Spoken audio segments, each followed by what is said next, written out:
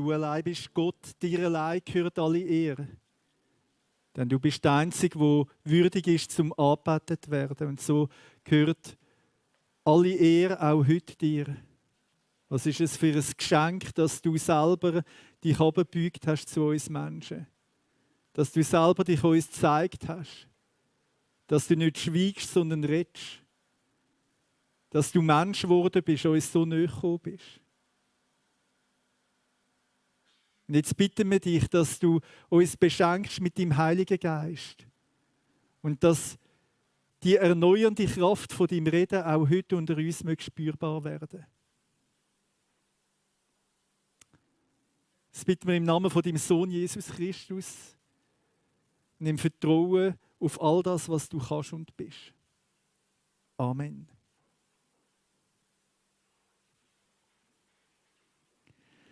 Die Bibel hat eine Kraft, die man durch nichts anderes ersetzen kann. Die Bibel kann man nicht totbringen. Umgekehrt, sie schafft Leben. Die Bibel irritiert wahnsinnig und inspiriert auch. Sie ist uralt und gleichzeitig top aktuell. Sie erneuert unser Leben. Kein anderes Buch wird so häufig gedruckt und gelesen. Kein anderes Buch erzeugt so viel Widerstand. Das wissen die Christen und noch besser die Gegner der Christen. Jedes Regime, das Christen beseitigen wollte, vom römischen Kaiser über russische Kommunisten bis zum nordkoreanischen Kim, sie alle wissen, wenn du den Christen schaden willst, dann nimm ihnen die Bibel weg. Nimm ihnen die Bibel und du raubst ihnen den Glauben. Und sogar die nicht an die Bibel glauben, merken, das ist so etwas wie der Lebensnerv der christlichen Gemeinde. Und das stimmt. So ist es. Die Bibel schafft Erneuerung, sie gibt Hoffnung, sie spendet Trost. Was hat es mit dem Buch auf sich? Und ich möchte mit euch heute in eine Geschichte hineingehen, die das deutlich macht. Und aus dieser Geschichte so 3 Szenen über Suchen, Finden und Teilen anschauen. Szene 1, Suchen. Wir gehen in die Geschichte, die aufgeschrieben ist im 2. Buch Chronik, Kapitel 34. Ich tue einen ausgewählten Vers daraus vorlesen. Vers 1. 8 Jahre alt war Josia, als er König wurde, und er regierte 31 Jahre zu Jerusalem. Mit 8 König werden. Ist jemand da, der 16 ist? Ist jemand da, der 8 ist? Was bist du mit 8 gewesen? Ein Kind. Ein Kind. Mit 8 König werden. Keine Bilderbuchkarriere, vielmehr ein Albtraum. Eine katastrophale Familie, wo der Josia hineingeboren ist. Sein Großvater, der Manasse, war ein Zauberer. Er hat, so sagt die Bibel, sogar seine Söhne durchs Feuer lassen. Ein unglaublich furchtbares Ritual, möglicherweise mit einem tödlichen Ende. Der Vater war der Ammon, der Sohn von Manasse, und der war nicht besser. Und sein Vater war so ein schlimmer König, dass seine Diener sich verschwört haben gegen ihn. Und der 8-jährige Josia musste miterleben, wie seine Diener seinen eigenen Vater umbringen. Und dann hat er als 8-Jähriger die schwere Last auf seine Schultern bekommen, zum König werden über Israel. Schlechte Herkunft, schlechte Familie, keine guten Aussichten. Wenn es mit dem Josia schief läuft, will sich kein Psychologe und kein Psychiater staunen. Alle würden sagen, dysfunctional family. So kann es nicht gut kommen. Was hat Kraft, so eine Struktur zu durchbrechen? Was hat Kraft, ein Leben zu erneuern? Im gleichen Kapitel, Vers 3 steht, im 8. Jahr seiner Herrschaft fing er an obwohl er noch jung war, den Gott seines Vaters Davids zu suchen. Im 8. Jahr von seiner Herrschaft, er ist also wie alt? Alle, die rechnen können, 16. Eine Ahnung regt sich im Josia, Sehnsucht steigt auf. Es muss nicht so sein wie bei meinem Großvater. Es muss nicht so sein wie bei meinem Vater. Es könnte auch anders gehen. Es gibt ja noch andere Geschichten. Das ist die Geschichte von meinem Großvater, von David. Und das ist eine ganz andere Geschichte. Von seiner Königszeit erzählt man sich noch, es war glorreich. Seine Lieder werden heute noch gesungen. Lieder über Gott. Aber den Gott, den kenne ich ja gar nicht. Was ist das für ein Gott? Der Gott, der dem David nachgefolgt ist. Tief drin im Josia fängt da eine Sehnsucht wachsen. Eine Sehnsucht nach etwas, was sein Leben neu könnte machen. Eine Sehnsucht nach Gott. Es ist eine Ahnung, dass das Leben mehr ist als Aufstehen, essen, schaffen, schlafen. Es ist eine Ahnung, dass es noch etwas gibt, das die Welt übersteigt. Eine Sehnsucht nach Erneuerung. Eine Sehnsucht nach wahrem Leben. Und manchmal braucht es Zeit, bis die Sehnsucht wach wird. Beim Josia ist es 8 Jahre gegangen. Ich weiss deine Geschichte nicht und es wäre nachher spannend, mit jedem von euch eure Geschichte zu hören, wie das aussieht, in welchem Jahr was passiert ist. Aber wahrscheinlich, oder ich wage das jetzt mal behaupten, bist du heute da oder schaust du heute im Livestream zu, weil du irgendetwas von so einer Sehnsucht gespürt hast oder spürst. Weil du merkst, da gibt es mehr in dem Leben als meine Herkunftsfamilie. Weil du merkst, da muss es noch mehr geben, weil du eine Sehnsucht hast nach Erneuerung. Vielleicht hast du früher mal so eine Erneuerung mit Gott erfahren. Und zuerst noch von dieser Erfahrung. Aber vielleicht ist es ein bisschen eingeschlafen. Und das Leben gleicht viel mehr einer dürren Wüste. Und die Worte der Bibel bleiben trocken und leer und blass. Und du spürst nicht mehr so viel von dieser Kraft, die passiert. Aber würdest du es gern? Würdest du es gern? Dann mach dich mit dem Josia auf den Weg.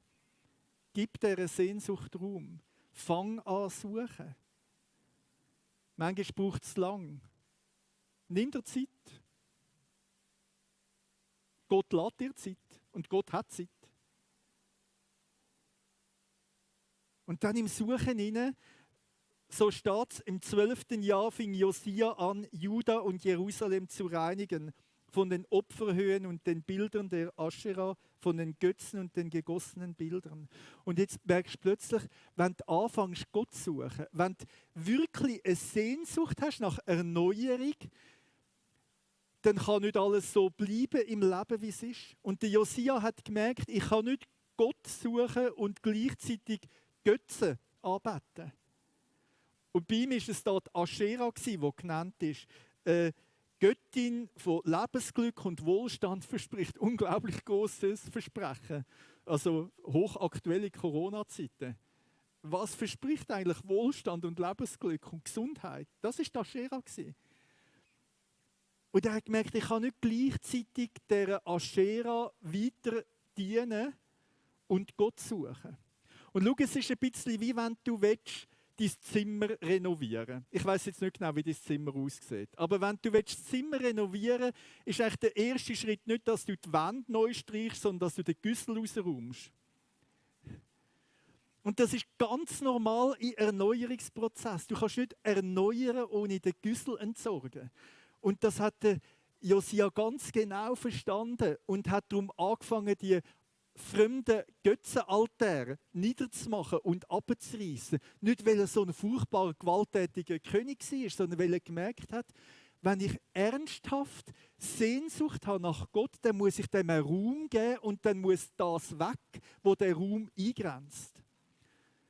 Und schau, lange das vielleicht für dich heute schon, weil du merkst, eigentlich stand ich genau dort, dass ich eine Sehnsucht habe nach Erneuerung, aber ich merke genau, bei mir gibt es auch so eine Aschera. Und bei mir muss auch zuerst der Güssel raus, damit ich überhaupt wieder offen bin, dass Gott an mir wirken kann. Damit ich offen bin, dass Gott etwas mit mir tun kann. Vielleicht bist du noch weit distanziert und für dich ist Gott fremd und die Bibel noch ein ganz seltsames Buch. Aber du spürst etwas, das dich zieht dorthin. Du spürst etwas, das dich herreißt, wo du sagst, da gibt es mehr. Es kann nicht sein, dass es so bleibt, wie es aktuell ist. Dann nimm dir Zeit zum Suchen. Gott lässt sich finden. Bist neugierig und offen für das, was dir entgegenkommt. Und das führt mich zur zweiten Szene. Beim Josia war es so. Im 18. Jahr von seiner Herrschaft, wie alt ist er dann? Ja, das ist jetzt schwierig zum Rechnen. Etwa 26. Also wie lange war er schon auf der Suche? 10 Jahre. 10 Jahre auf der Suche mit 26. Im 18. Jahr fängt er an, den Tempel zu renovieren. Eben genau so ein Renovationsprojekt, wo du merkst, jetzt fängt er an, Sachen zu erneuern, den Tempel zu renovieren. Und er hat angefangen, Geld zu sammeln. Und hat den Auftrag gegeben, man soll das Geld rausnehmen, das im Tempel ist, und den Handwerker geben, damit die das ausbessern können. Und da passiert es. Vers 14. Und als sie das Geld herausnahmen, das zum Haus des Herrn gebracht worden war, fand der Priester Hilkia das Buch des Gesetzes des Herrn, das durch Mose gegeben war. Also der hat plötzlich in dem Tempelschatz nicht nur Silbermünzen gefunden, sondern ein altes Buch. Ich habe vorher den Thomas gefragt, wie kommen die Bibeln daher? Da hat vielleicht auch jemand mal etwas im Estrich gefunden. Und jetzt muss man sich das so vorstellen. Das heisst, die Bibel, so wie sie dort war, so wie sie von Mose überliefert war, einfach in dem Umfang, wie man sie dort hatte, war am Josia unbekannt. Der ist ohne das aufgewachsen. Das war etwas Fremdes. Es ist verstaubt im Ecke gelegen, in einer Schatzkammer im Tempel. Und jetzt geht man dort her, grabt den Schatz aus, holt ihn zum Handwerker zu zahlen und findet die Bibel.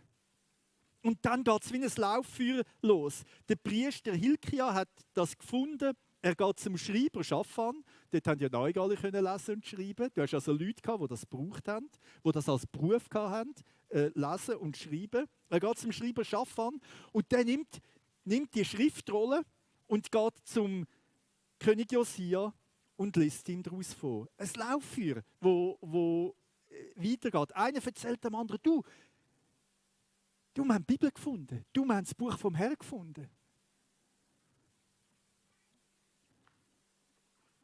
Und dann im Vers 19.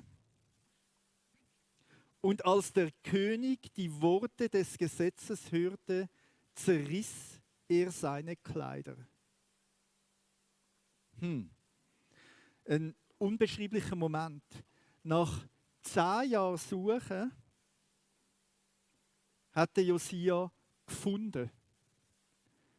Oder besser, es hat ihn gefunden. Oder noch besser, er hat ihn gefunden. Gott selber hat ihn gefunden. Und wie hat er ihn gefunden?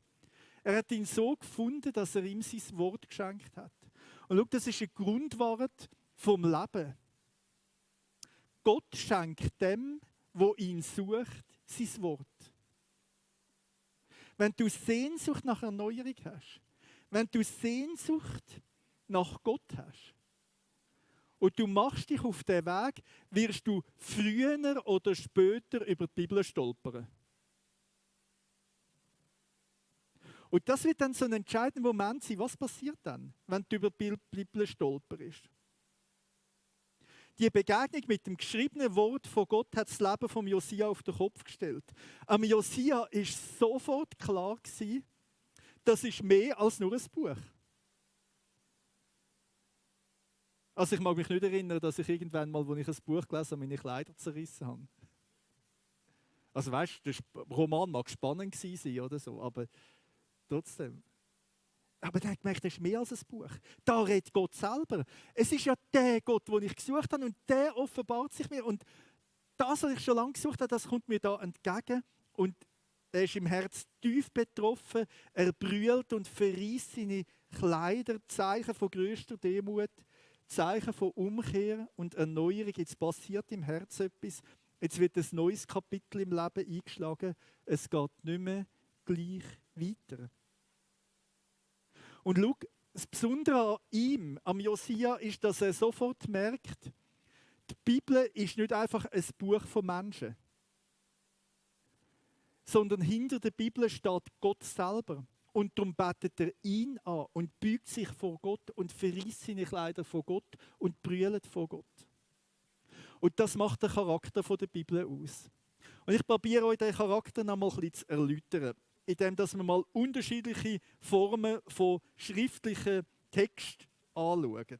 Es gibt zum Beispiel Montageanleitungen von IKEA. Wer hat schon mal so eine in der Hand gehabt? Okay. Warum ist die Montageanleitung hilfreich?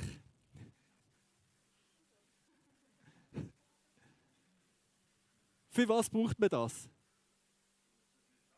Es zeigt einem genau, wie man das zusammensetzen muss, sonst schafft man es nicht, oder? Es zeigt einem genau, wehe, du nimmst die falsche Schraube am falschen Ort.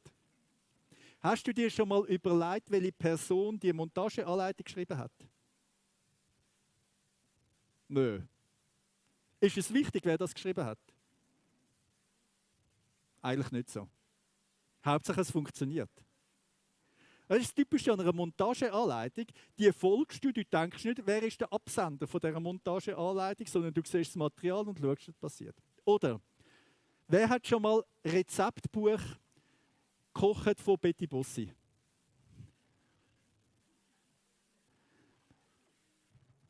Es war ja für mich als Kind dann eine Ernüchterung, als ich gehört habe, dass Betty Bossi eine erfundene Person ist. Und dass es die gar nicht gegeben hat. Und dass es eine fiktive Person ist, die man als Werbeträgerin erschaffen hat, Kochen mit der Betty Bossi für eine Firma, die hat dort Unilever geheißen, wo man das gemacht hat. Spielt das eine Rolle, ob das eine erfundene Person ist oder nicht? Nein, spielt nicht so eine Rolle. Warum spielt es nicht so eine Rolle? Hauptsache es schmeckt nachher gut, oder? Hauptsache es schmeckt gut. Jetzt stell dir vor, du kommst einen Liebesbrief über. Spielt es eine Rolle, von wem der ist?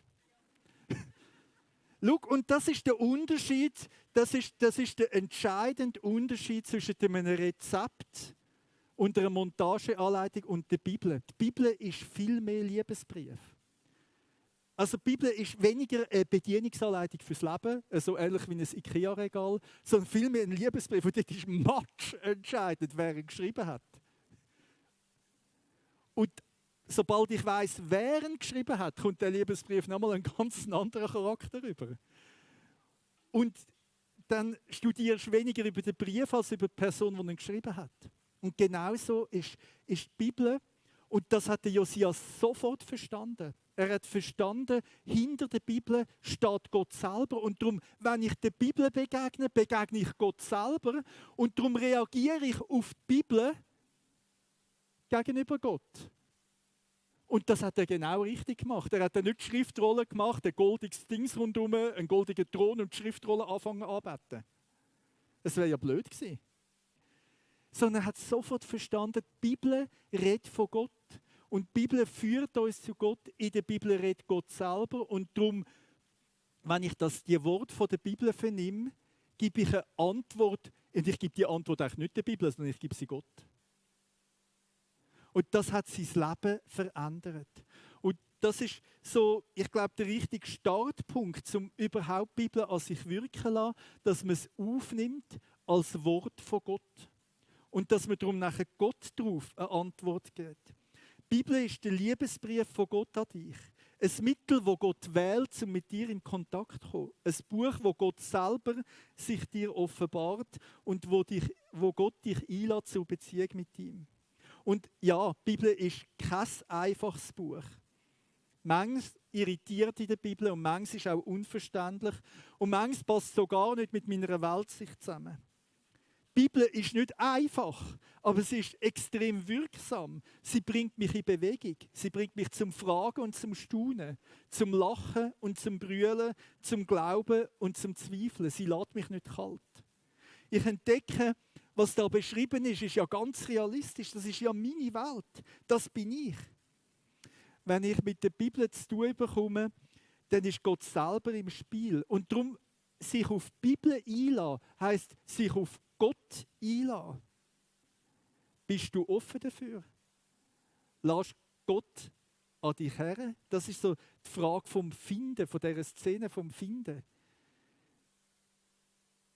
Dass es du für dich nimmst, dass du in den Worten der Bibel das Reden von Gott vernimmst.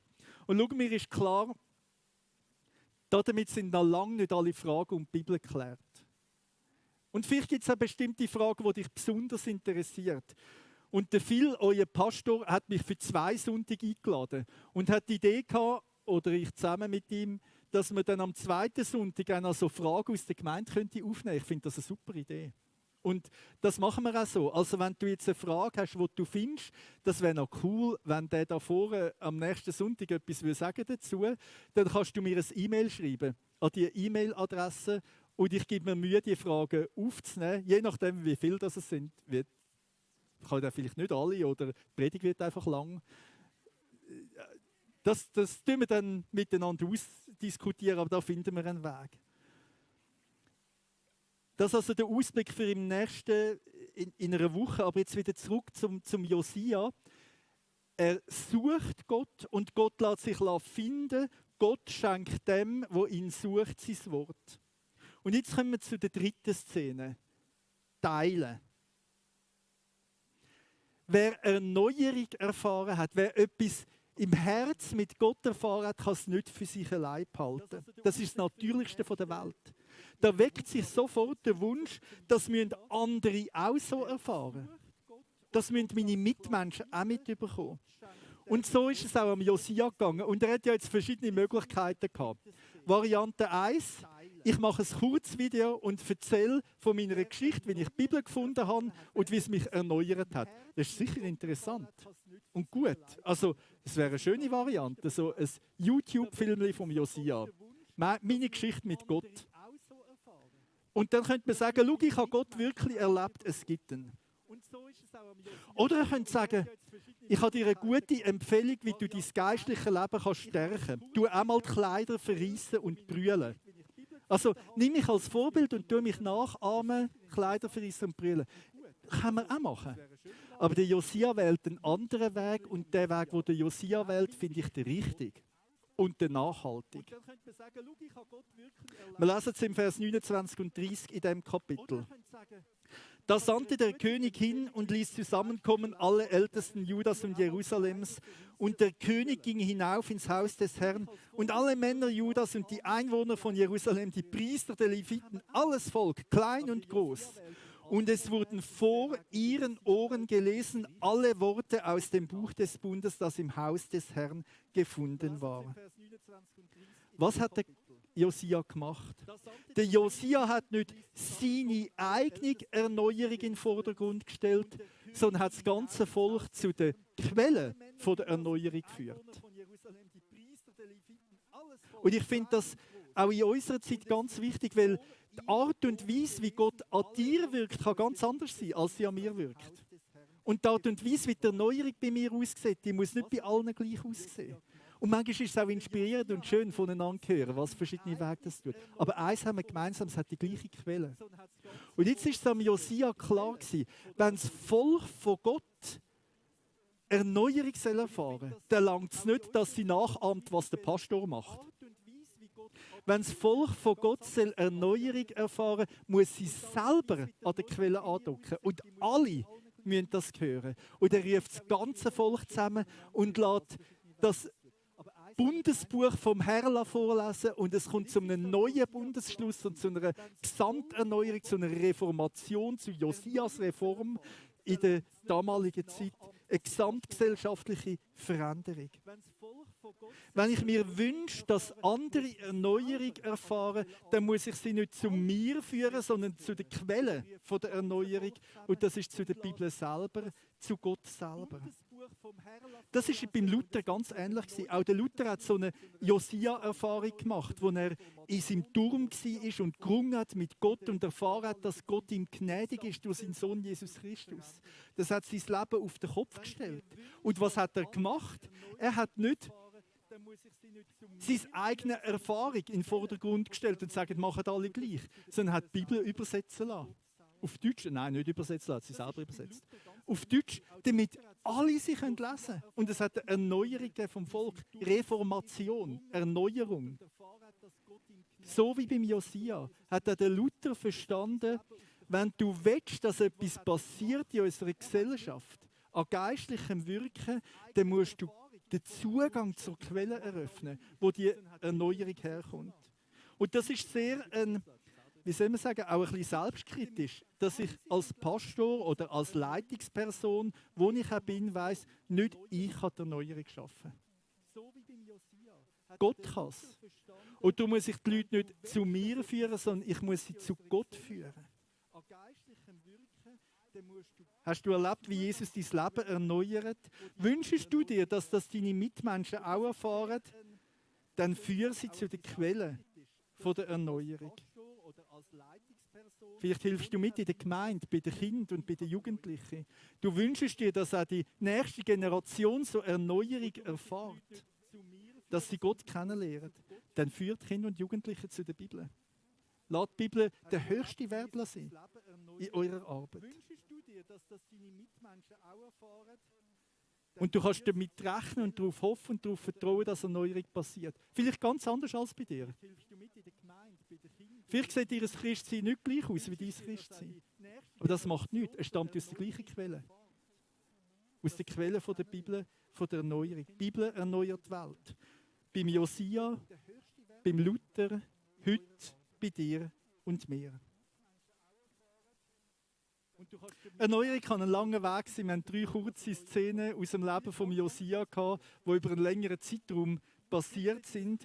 Und vielleicht hast du dich bei der einen oder anderen Szene wiederentdeckt. Und ich möchte es so machen am Ende dieser Predigt, dass ich mit euch in eine Zeit vom Betten hineingehe und so für jede von diesen Szenen auch besonders möchte beten für Leute, die in so einer Situation sind.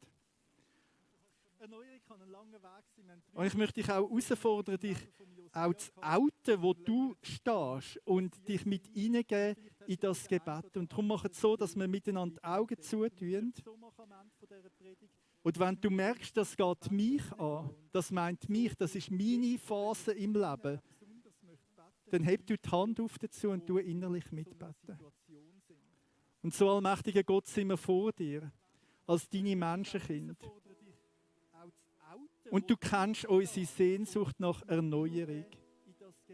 Du kennst die unter uns, die suchen nach dir. Die sich wünschen, dass noch mal etwas Neues passiert im Leben, wo nicht alles soll bleiben, wie es ist. Und wenn das jetzt dich betrifft, dann bett mit mir mit. Heb die Hand auf als Zeichen dazu. Herr Jesus, dann möchte ich dich suchen. Und dann will ich auch bereit sein, mich vom Güssel zu trennen, wo die Erneuerung verhindert. Schenk mir die Kraft und den Mut zum Ausräumen aus meinem Leben, was dich nicht meint, und mich ausstrecken auf dich hin. Schenk mir die Offenheit, von vergangenen Mustern loszulassen und offen sein für das Wirken von deinem Geist und das Wirken von deinem Wort.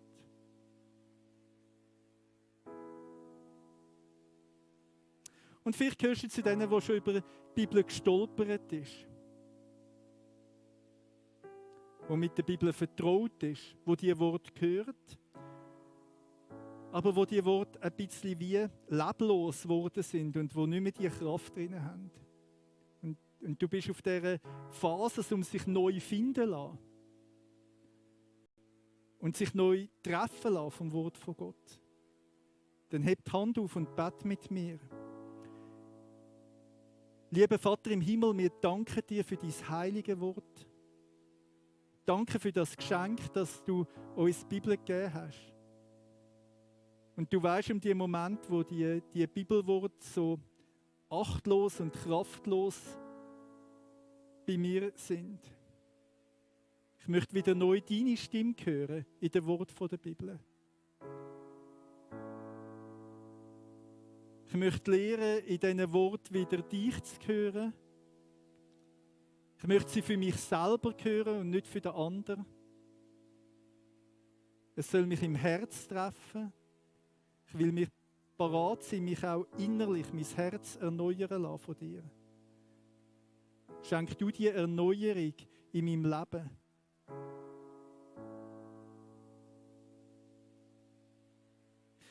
Und vielleicht gehörst du zu denen, die Freude haben an der Bibel, die etwas von der erneuernden Kraft erlebt haben und sich jetzt wünscht, dass auch noch viele andere diese Erneuerung erfahren. Wo es jetzt darum geht, das zu teilen. Dann hebt die Hand auf mit mir und bett mit mir. Lieber Jesus Christus, danke herzlich für die Worte der Bibel und für die Erneuerung, die du geschenkt hast. Und jetzt siehst du den Wunsch, dass auch andere Menschen um mich herum diese Erneuerung erfahren können. Kinder und Jugendliche in unserer Kirche, die eigenen Kinder oder die eigenen Enkel, Menschen in meinem Umfeld.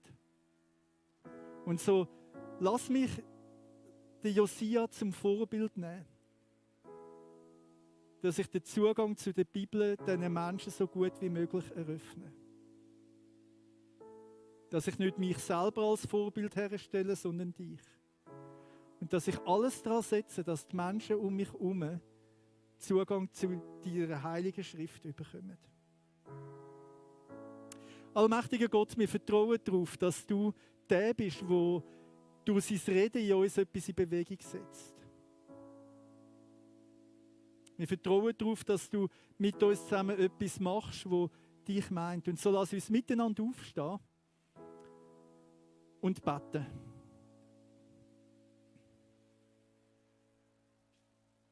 Wir haben dir Ehre gegeben und beten miteinander so, wie es Jesus uns gelehrt hat. Unser Vater im Himmel, geheiligt werde dein Name.